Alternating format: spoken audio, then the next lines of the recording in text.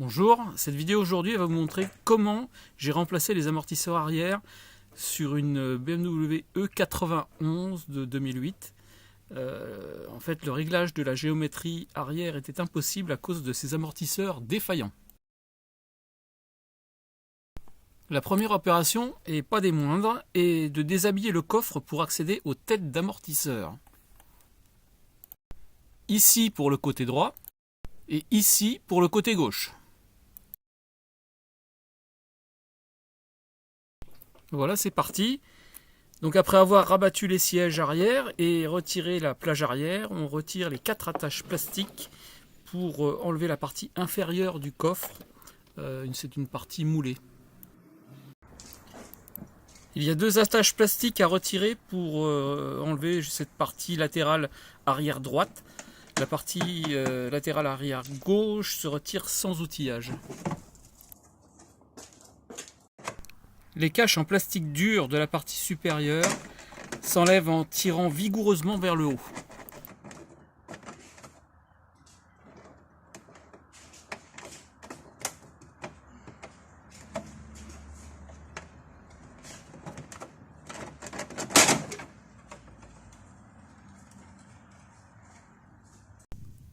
On retire maintenant le dossier latéral en tirant vigoureusement vers l'avant.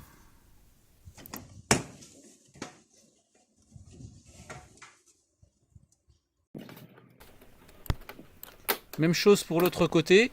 On peut noter qu'il est inutile de sortir les ceintures de sécurité qui coulissent dans le cache plastique.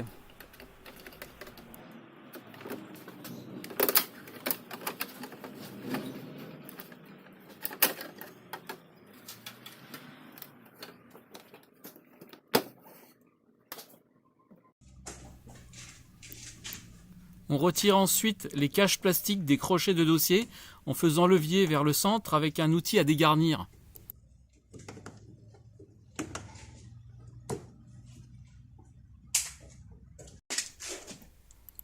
On retire la vis Torx T40 du centre du crochet pour enlever le cache plastique. Uniquement le cache plastique, il est inutile d'enlever le crochet.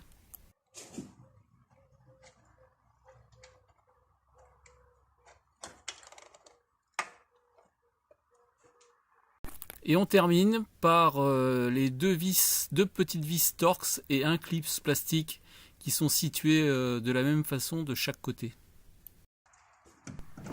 Et voilà, ça sort. Il suffit de débrancher la prise allume-cigare côté gauche, il n'y en a pas côté droit.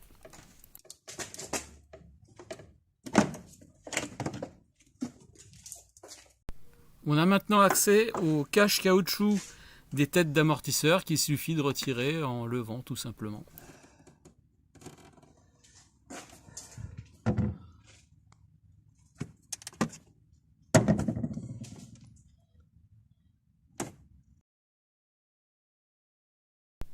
On va maintenant pouvoir s'attaquer à la mécanique, mais avant toute chose, il va falloir caler correctement le véhicule.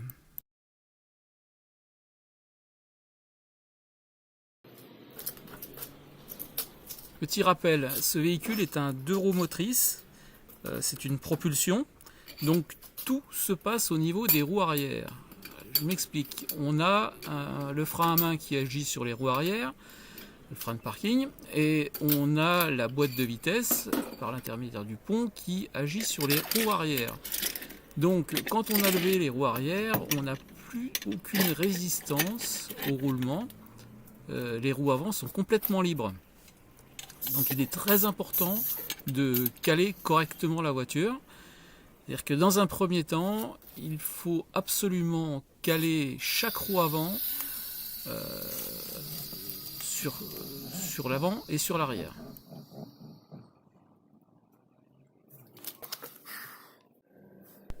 Alors lorsqu'on a bien mis une cale sur chaque roue avant, à l'avant et à l'arrière, on peut lever la voiture à l'aide d'un cri au milieu et poser des chandelles de chaque côté.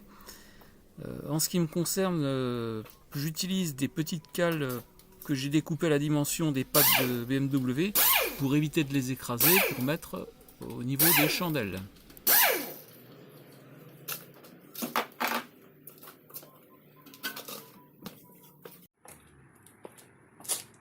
On s'attaque maintenant au démontage des amortisseurs.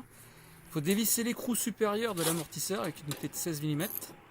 Alors si toutefois la tige tourne, on peut s'aider d'une clé de 7 mm pour maintenir la tige et utiliser une clé à œil de 16 pour dévisser l'écrou.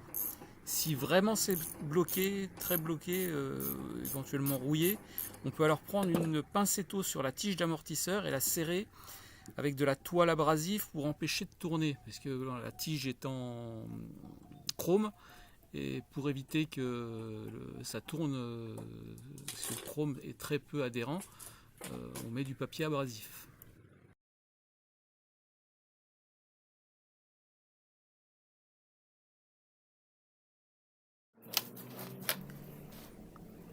Il faut ensuite dévisser l'écrou inférieur de l'amortisseur, c'est une clé de 17 mm en dessous et une clé de 15 pour tenir l'amortisseur au-dessus. En principe c'est suffisant, mais dans mon cas j'ai été obligé de démonter les fixations du silent block parce que l'amortisseur était collé dans le silent block. J'ai dû sortir tout l'amortisseur avec le silent block pour pouvoir le démonter et l'extraire à l'établi.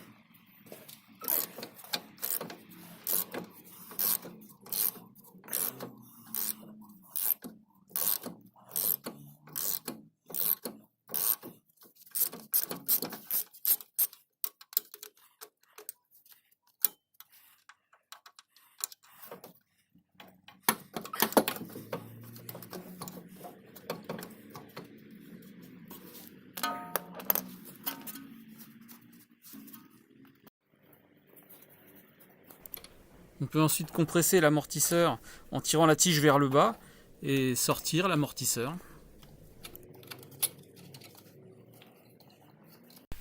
J'ai fait cette prise de vue pour comparer le comportement d'un amortisseur neuf par rapport à un amortisseur usagé.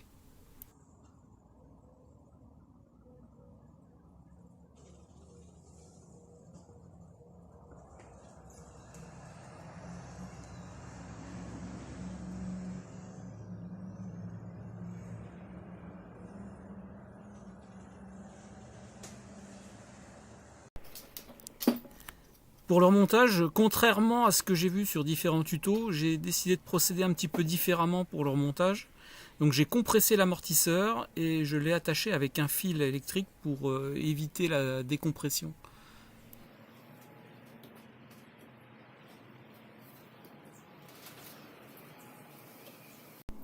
Ce mode opératoire, il a pour but de me laisser le temps de faire prendre les vis du silent block sans être obligé de forcer.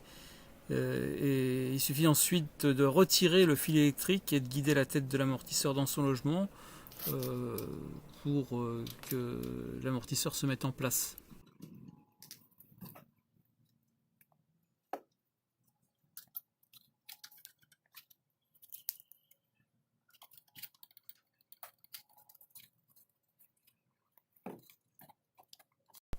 Pour la suite, on resserre les vis et écrous de la partie inférieure. On place un cri sous le triangle pour mettre l'amortisseur en pression. On lève quelques centimètres. On revient à l'intérieur et on place la tige de la tête d'amortisseur bien au centre. On remet l'écrou supérieur de la tige d'amortisseur. Pour le reste du rhabillage du coffre, on procède à l'inverse du démontage. Voilà, c'est terminé. Alors n'hésitez pas à commenter ou questionner en commentaire.